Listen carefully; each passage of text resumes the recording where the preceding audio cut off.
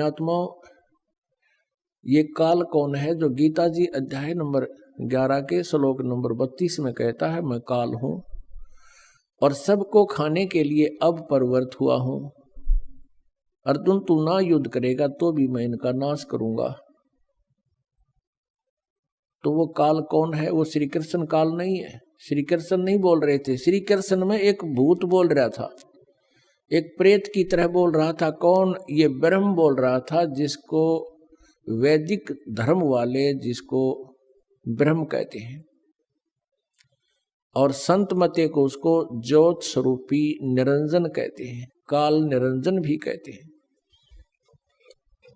वो गीता जी अध्याय नंबर 4 के श्लोक नंबर 5 और 9 में कहता कि अर्जुन, मेरे जन्म और तेरे जन्म मृत्यु बहुत हो लिए और मेरे भी बहुत हो लिए, तू नहीं जानता मैं जानता हूं। फिर कहता कि अर्जुन, मेरे जन्म और कर्म अलौकिक हैं।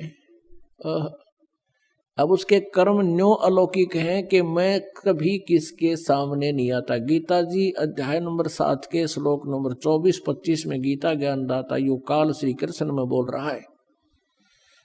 ये कहता है कि ये बुद्धिहीन जन समुदाय, ये सामने खड़े लोग मुझे कृष्ण मान रहे होंगे।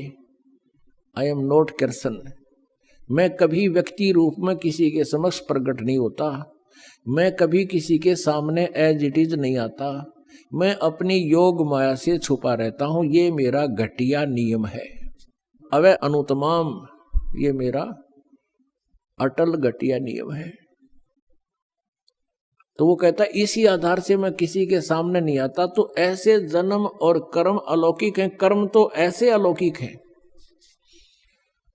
कि वो किसी में प्रवेश करके और जो करना कराना है वो कर जाता है, और भला बुरा जिसके अंदर वो प्रवेश करके करता है इस क्रिया को, उसी के निमित्त हो जाता है।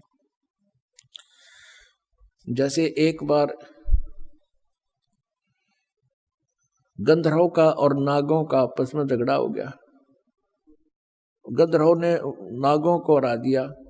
नागों ने फिर प्रार्थना की, भगवान की स्तुति की। यो काल विष्णु रूप में प्रकट हो गया और कहा कि तुम,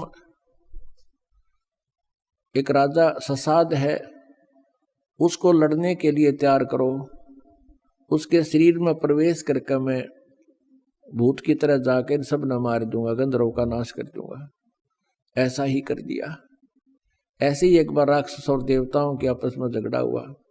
उस समय देवताओं राक्षसों से हार गए। ये विष्णु पुराण में लिखा है।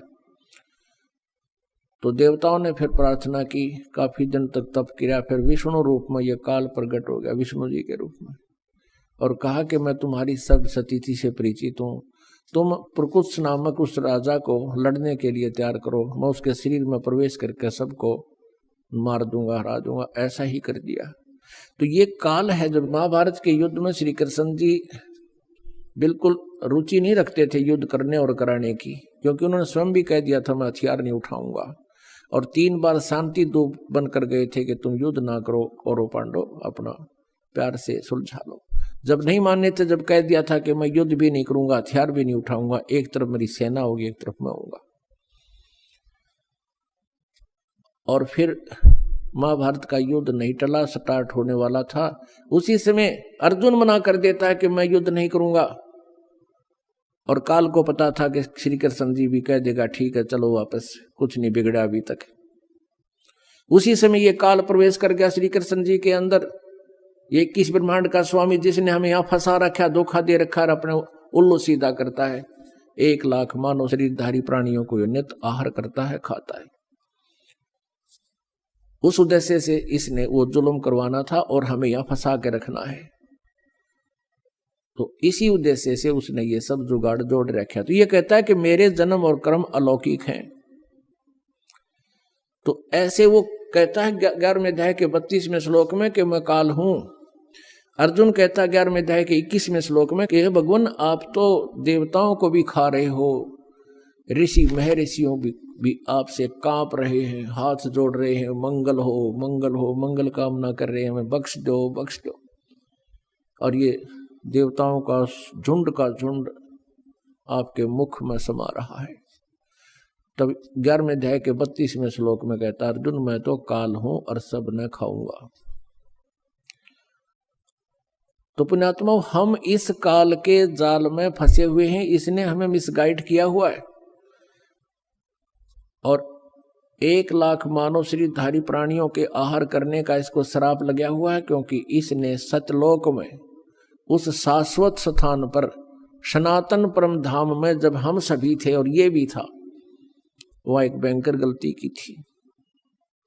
और हमने भी इसका अनुसरण किया था, और हम भी अपने पूर्ण परमात्मा से विमुख होकर हम पतिव्रता पद से गिर के हम अपने उस मालिक से हृदय हटाकर इस काल में लगा बैठे, और इसके साथ हम यहाँ आ गए।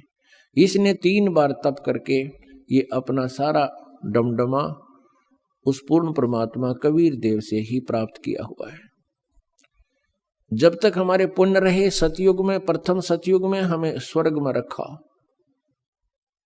महास्वर्ग बना दिया, वहां नकली सतलोक अलखलोक वो डुप्लीकेट बना दिए, वहां रखा। जिसके पुण्य क्षीण होते रहे या किसी ने वहां कोई गड़बड़ कर दी, शरारत कर दी, उनको पृथ्वी पर पटकता रहा। इस पृथ्वी पर जैसे पहले हिंदुस्तान के अंदर कोई स्त्री या पुरुष कोई ऐसा अनैतिक कार्य कर देते थे जो समाज में निंदनीय होता था, उन दोनों को, या एक एक जो जैसा भी करता था, उनको काला पानी छोड़ाया करते थे।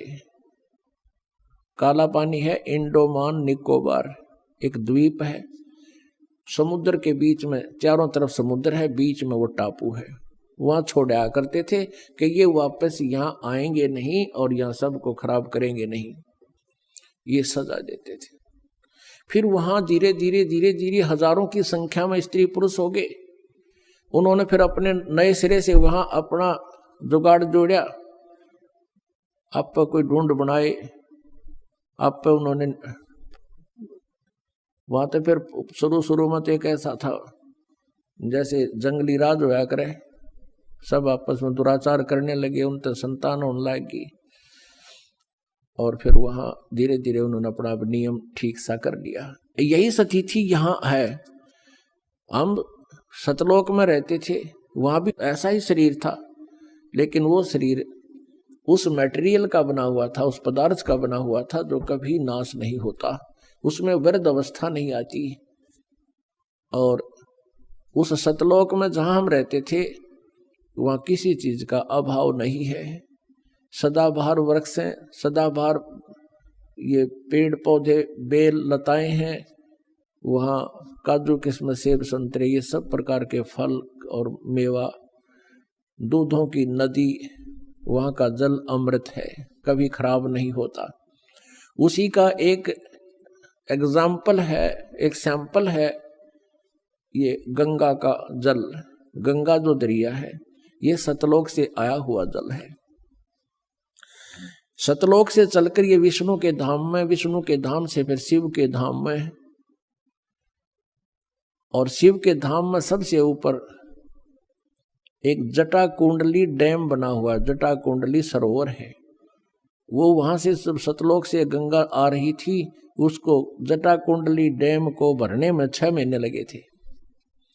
6 महीने के बाद फिर वो ओवरफ्लो होकर चल रही है आज तक। वहां से वो जल गिरता है, ऐसे गुप्त रूप से आता है, हिमालय में उस गोमुख के पास एक बर्फ रूप में जम जाता है, और वहां से फिर जल प्रवाह बन करके वो वही अमृत बह रहा है दरिया रूप में, जिसको गंगा दरिया कहते हैं। तो ऐसा जल, ऐसा वहां दूधों की नदियां सतलोक के अंदर है जो कभी खराब नहीं होते। गंगा के जल को रख दो आप 20 वर्ष 100 वर्ष किसी बोतल में डाल के, वो खराब नहीं होता। तो ये एक एग्जाम्पल दिया परमात्मा ने कि इस कलयुग के पिछली पीढ़ी में हमारी महिमा को समझाने के लिए एक ये बहुत ही जो है ना एक प्रमाण का काम करेंगे। ऐसा लोक है, ऐसा स्थान है, वहां पर ऐसा आहार है, ऐसा जल है। तो हम वहां रहा करते थे, हमने अपने पैर पे कुहाड़ा मारा, इसके साथ आगे अब हम रो रहे हैं। इसने हमें इतना ज्ञानी बना दिया, हम अपने भगवान को पहचान नहीं पा रहे हैं। अपने नकली दूत बनाकर यहां नीचे भेज दिए और उनके द्वारा स्वयं ही उनमें प्रवेश करके या अपने रिमोट से गलत ज्ञान प्रवेश करके उनसे परमात्मा की परिभाषा बदलवा दी इस काल भगवान ने।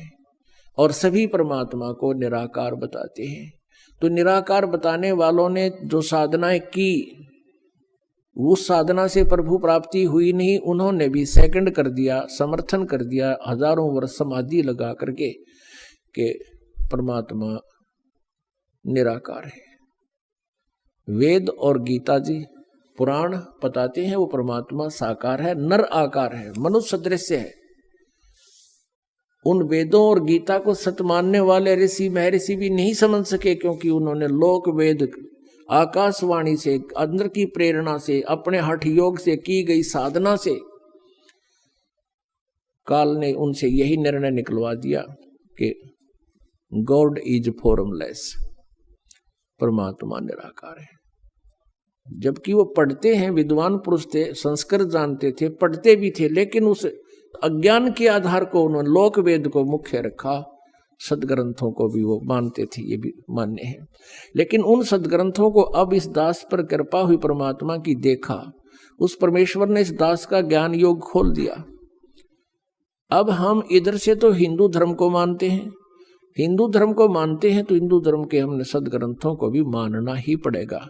क्योंकि कोई भी प्रचार किसी देव का जो भी हमें सुनने को मिला, उन सुनाने वालों ने यही कहा कि हम शिव पुराण में ऐसा लिखा वहां से सुना रहे हैं, गीता जी में ऐसा लिखा है उसको वहां से सुना रहे हैं, शिव विष्णु पुराण में ऐसा लिखा है, दुर्गा पुराण में ऐसा लिखा है और वेदों में ऐसा लिखा है। तो उस समय हम सभी अशिक्षित थे, जनता अशिक्षित थी और संस्कृत भाषा के ग्रहण करने का, शिक्षा ग्रहण करने का एक ब्राह्मण वर्ग को ही अधिकार था। ऐसा नियम बनाया हुआ था कि ब्राह्मण विद्या ग्रहण करेंगे और बाकी 4 वर्ण बना दिए थे, वो अपना अपना कार्य अलग करेंगे। इस आधार से अन्य जनता शिक्षा ग्रहण नहीं करती थी। तो इन शिक्षा ग्रहण करने वालों को, यानी संस्कृत भाषा के जानने वालों को वेदों का ज्ञान नहीं था। संस्कृत भाषा जरूर थी, पढ़ लेते थे, लेकिन वो समझ नहीं सके। वेद पढ़े पर वेद न जाने, ये बच्चे पुराण 18। जड़ को अंधे पत्ते खुआवे, ये भूल गए सिरजनहारा।